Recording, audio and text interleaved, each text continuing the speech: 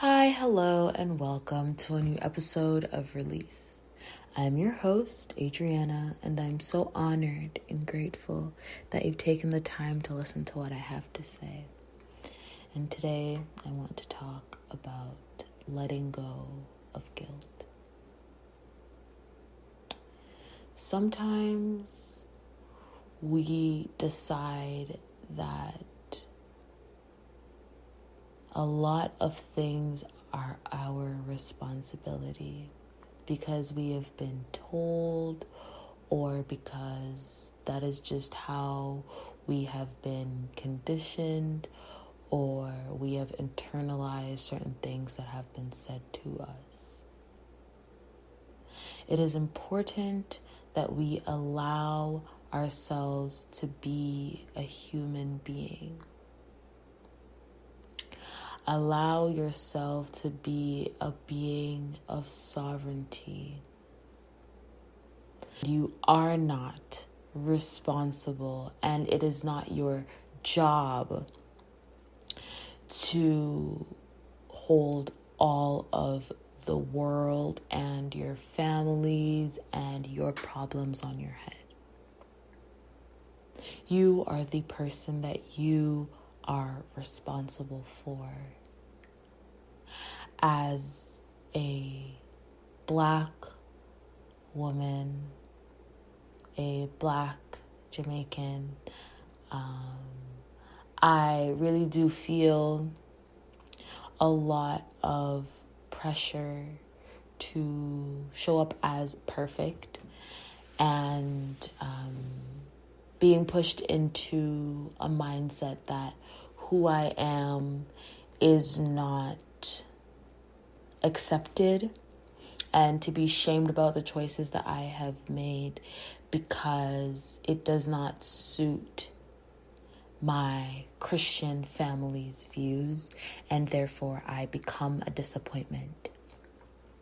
So I am very frequently told that my piercings are gross, I look like a bull, I need to take them out, or I am told that my tattoos look disgusting and that it must be some issue why I did it because I'm looking for attention.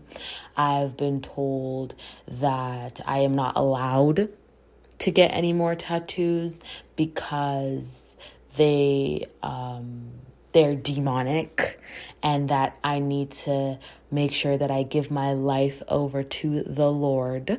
I've been told a lot of things. I've been told to cover up my tattoos when I go out with my family because they don't want to be seen with me that way. A lot of things. And those are all just, I am realizing that those are just reflections of their conditioning.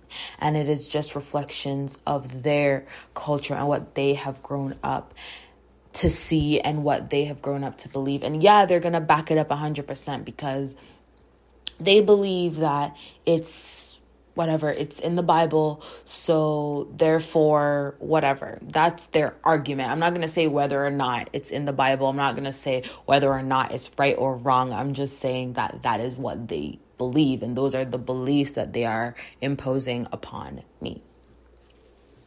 So with that being said, all I have to say is that your choices are your own. If something has happened to you and it was not your decision and that thing has traumatized you, that thing is not your fault.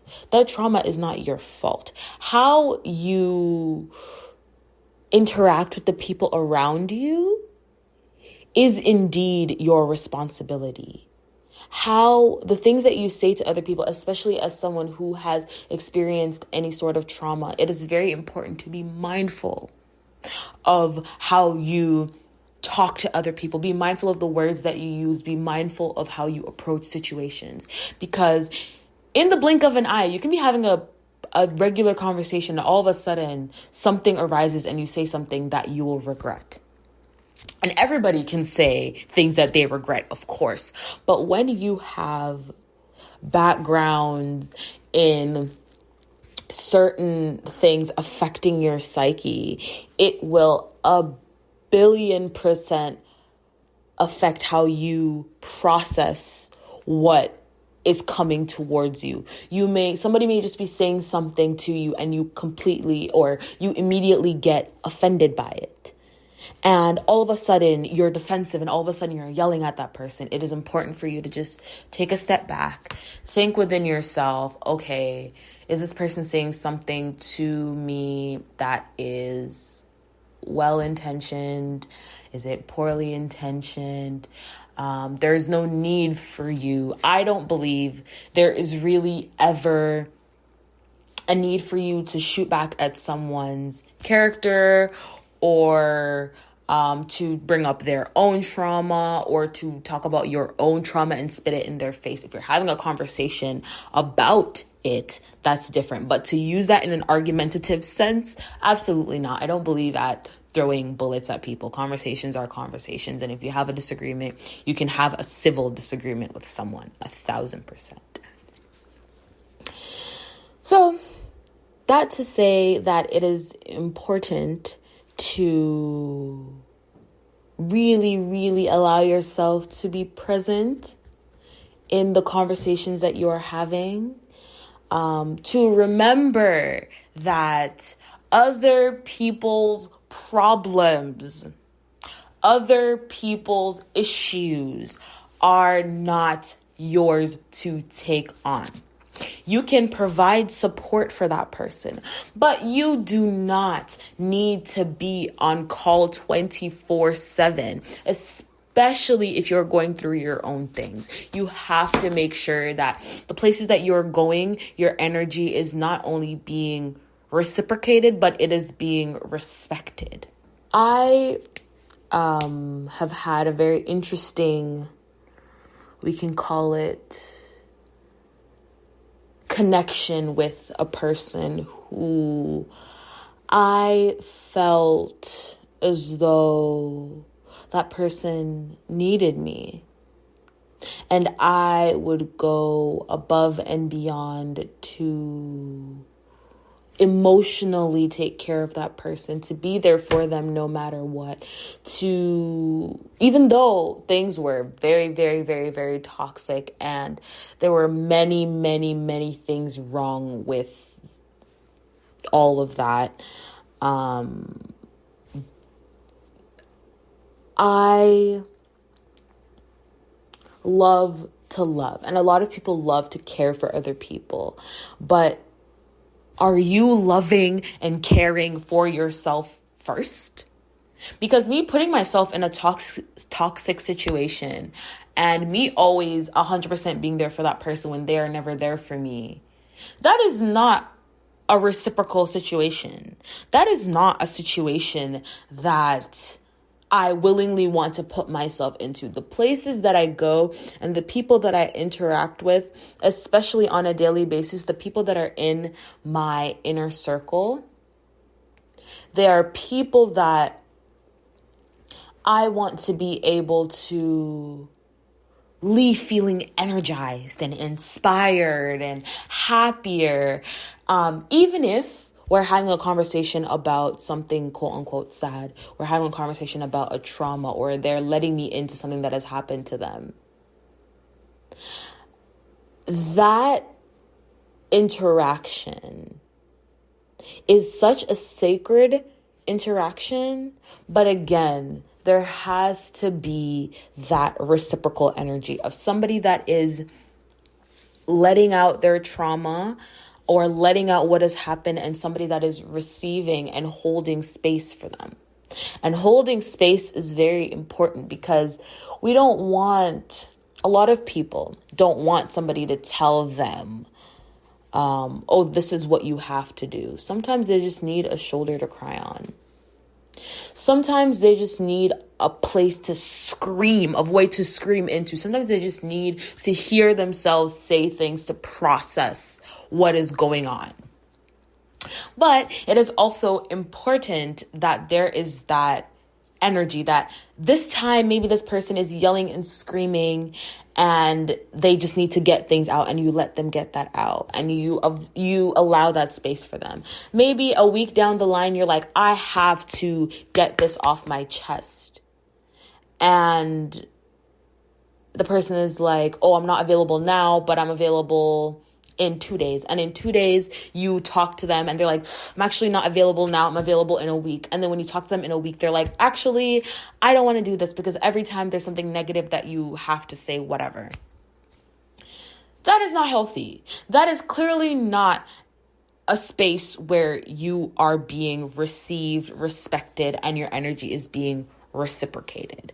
When you have a friend, I think that we discredit friendships in this generation. When you have a genuine friend, a person that you really bond with and care about, you want to tell that person deep things that you feel are integral to your being, but you have felt too ashamed or too scared to let that out, and you trust that person enough to do that.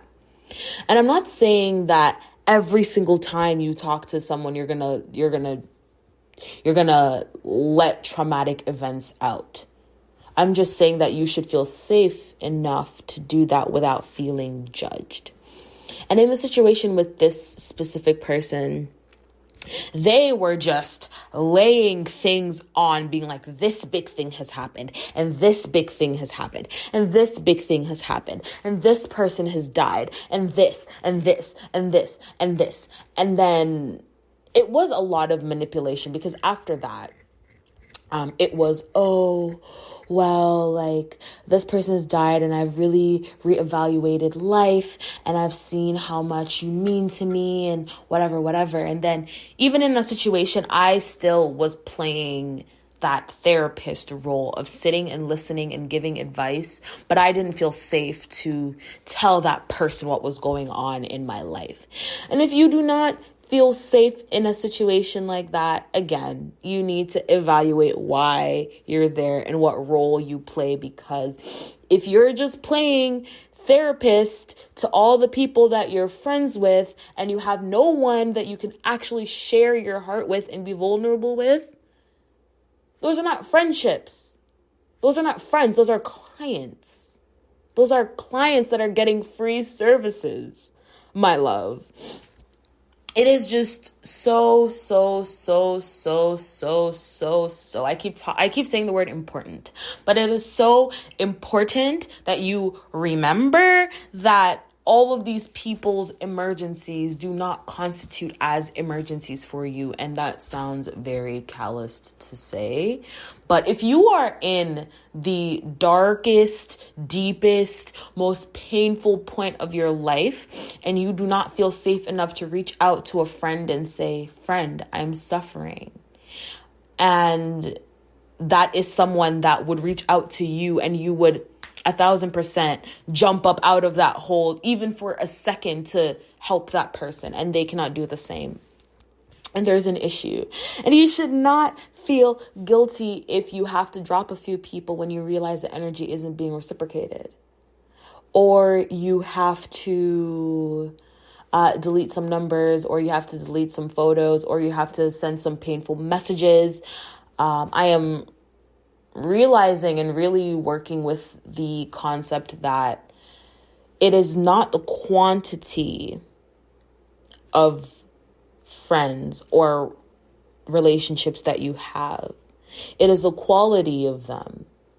It is really the quality of them. And I don't have many friends because I am very introverted, and I do know that my energy is very sacred. But even then, I still feel as though being able to reevaluate and say, yeah, we've been friends for 17 years, but it seems like we're going on different paths now. And I love you, but I feel as though I need to pull back with what I share, with how much we hang out, stuff like that. I love you, and you have been an important part of my life, but this part of my journey requires, especially if you feel like that person is draining you, especially if you feel like that person is draining you. If you feel like your energy is being depleted after hanging out with them, that is a sign that maybe they should not be in your energy anymore. If you're crying after hanging out with that person, romantic or platonic, you know what I'm going to say. It's time for you to cut them the fuck off. I'm sorry about it, babe. Just recognizing that life is so temporary. And literally everything is temporary, which means that the relationship, platonic or romantic, was important for you in that moment and has been important for you for whatever amount of time. But now has come the time where you may need to part ways with it. Part ways with that person, part ways with that idea. A lot of things, people feeling guilty because they are no longer religious and they have religious parents. Or you can feel guilt for parting ways with a lot of ideas. But you need to remember that this is your life, my love. This is your life, and you get to call the shots, because in reality, if you're living for everybody else, in 10 years, you're going to look back on your life and go, I really wish I had done that thing and hadn't listened to that person telling me what to do. Or I really wish that I hadn't allowed guilt or fear or shame to stop me from getting that piercing or dyeing my hair or talking to that person or signing up for that thing or getting that tattoo, whatever it is. Because in 10 years, you will look back and you will say, what if? And we do not want to live in a world of what ifs. We do not want to live in a reality where you are 40 and you're sitting in a chair crying because your life could have been different if you had chosen to live it for yourself. We do not want that. I do not want that for you. I do not want that for myself. So it is important that right now in this moment, you start to make decisions that you validate for yourself. Because a lot of the time, the guilt and the shame comes from seeking validation from other sources, which in reality, they're also seeking validation from other sources. So let's be real. So really allowing yourself to be proud of the decisions that you make. And I remember when I got my second nose piercing. So I had a septum and I had a nostril piercing. And my mom and I went to Jamaica. This was in 2022. And I believe I've talked about this because I do have an episode that I recorded in Jamaica. But I remember being told, why do you have those piercings? Why do you choose to do that? Blah, blah, blah. And it's very, very, very judgmental, to the T, very judgmental. And having my mom look at me with this dirty look of, I told you kind of thing, like you should have taken them out. And I always reject the idea of her telling me to take them out because it was a choice that I made. I have wanted to get my nose pierced since I was in high school, and she wouldn't have approved of that in high school. So when I was old enough to do it, I got it and I really enjoyed. Now I have 3 nose piercings and I really do enjoy that, to see them on my face. And I have tattoos and I chose to get tattoos and I enjoy my tattoos. And I didn't ask for permission. I didn't ask for validation. And if she doesn't like them, then that is on her. If they don't like what you choose to do with your body, then that is on them. Right? That is their choice, but they're also living their own lives and they're entitled to their opinions. But opinions and advice are just suggestions, and opinions can be wrong. Advice can be wrong. It is so key that you take the time to really evaluate. Am I feeling this guilt and shame because this person close to me doesn't approve of my decisions? Am I feeling the guilt and shame because I think that it's my responsibility to keep everybody else happy, and me not doing what I want keeps everybody else happy, but I'm not happy? Is that enough? That is not enough. You deserve to be happy and you deserve to be fulfilled. You're not living your life for anybody else, because again, at the end of the day, when you're sitting down, when you're 40, I'm not saying 40 is the end of your life, but I mean some way down the road, when you sit down and you're like, oh my God, I can't believe that I never did that thing. I can't believe I never tried that thing. I can't believe that I never did that. And then you're what if? I don't want you to live a life of what if. So today, I urge you to do something for yourself. And it doesn't have to be going out to get a tattoo or getting a piercing. It can be something that you want to do that maybe the people around you won't validate you for, but you love. Also, as I was saying that, a thought popped into my mind. We do not share the same generational thought. We do not share the same thought processing as our parents. We're exposed to different things. So it is very likely that you and your parents will have discrepancies when it comes to the way that you think about things and the way that you process things. And that is okay. That is okay. It is okay to disagree with people because you are your own person and you have your own thoughts and your own opinions. And again, it is your life. So I think I'm going to leave it at that. It is your life, and I love you, and I'm proud of you for doing something for yourself today. Yes, I love you so much, and I'll catch you in the next episode. Bye.